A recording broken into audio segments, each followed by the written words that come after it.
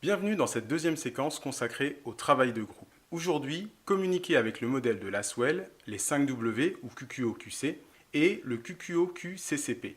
Des termes barbares, mais vous allez voir que c'est relativement simple. La méthode de Lasswell, on la doit à Harold Dwight Lasswell, un politologue universitaire, sociologue du XXe siècle. Il a travaillé sur la communication de masse, il a travaillé sur la science politique, il a travaillé sur la communication fonctionnaliste, qui a donné un cadre conceptuel pour la sociologie fonctionnaliste des médias, et c'est de là qu'a découlé le 5W ou QQOQC.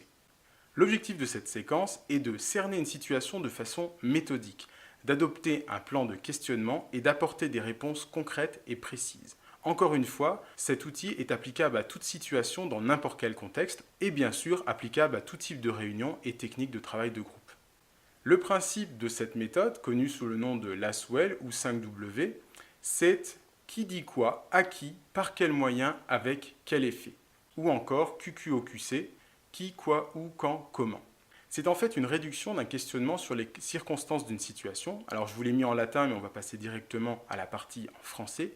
QQOQCCP, qui, quoi, où, quand, comment, combien et pourquoi.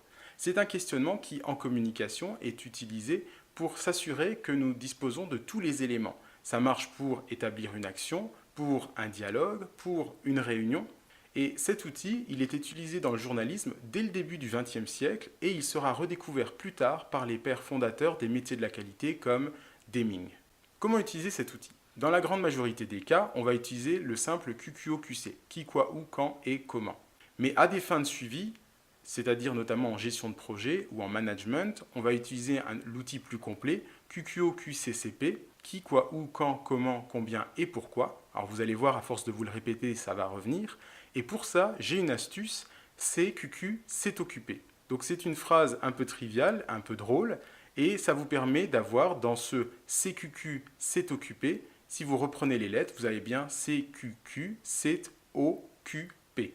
Donc ça vous permet de retenir les différentes questions. L'utilisation de cette méthode se fait de deux façons différentes. Tout d'abord avec une approche linéaire et on va dire séquentielle. Cette approche est bien sûr adaptée dans tous les cas. Donc lorsque vous avez une problématique, lorsque vous êtes en train d'échanger, lorsque vous mettez en place un plan d'action, peu importe, vous allez pouvoir créer un tableau ou avec l'expérience vous pourrez prendre des notes à la volée dans lesquelles vous allez pouvoir retracer ces différentes questions. Qui, quoi, où, quand et comment. Et de là, il faudra penser à différentes variantes pour vous assurer d'avoir tous les angles d'un problème, d'une problématique. Donc, qui va donner de qui, à qui, avec qui, pour qui, quoi, ça va donner de quoi, à quoi, avec quoi, pourquoi, et ainsi de suite. Et ces différents éléments, ces différentes variantes de la question vont vous permettre d'avoir l'ensemble des informations qui sont nécessaires à la compréhension du contexte ou à la mise en place d'une idée. Et bien sûr, vous pouvez rajouter et agrémenter avec le combien et le pourquoi en fonction des contextes. Et dans le combien, on va retrouver quels moyens en termes de quantité, de durée, les moyens financiers. Et le pourquoi avec un petit jeu de mots. Pourquoi en deux mots et pour faire quoi. Et en ayant cette nuance à l'esprit, vous allez pouvoir identifier les causes, les origines, les déclencheurs de telle ou telle observation, action, événement. Et puis aussi identifier les objectifs, les buts, les finalités, les visions. Cette nuance objectif, but, finalité, vision, je vous en ai parlé dans une de mes toutes premières vidéos sur les objectifs de développement personnel. Je vous invite à retourner voir cette vidéo. Gardez toujours la question pourquoi pour la fin. Tout simplement parce qu'il faut éviter les justifications et les réponses sans analyse qui commencent par « parce que ». Deuxième partie, une approche matricielle. Cette approche, elle est vraiment réservée à l'analyse plus détaillée. On va retrouver qui, quoi, où et quand en ligne. Et en colonne, on va retrouver comment, combien et pourquoi, le fameux pourquoi en deux mots ou pour faire quoi. Et cette approche matricielle permet vraiment de croiser des informations et d'être dans une forme d'analyse plus détaillée. Faites le test avec des choses relativement simples. Entraînez-vous avec des collègues et vous verrez quels sont les résultats que vous obtenez. Encore une fois, pensez toujours à finir par le pourquoi pour les raisons que j'ai évoquées précédemment. Il y a un certain nombre de points d'attention avec cette méthode. Tout d'abord, respectez le plan de questionnement. Passez en revue toutes les questions et posez plusieurs fois la même question avec ses variantes, ce qui vous permettra d'avoir une exhaustivité dans votre démarche. Explorez chaque réponse avec quoi d'autre.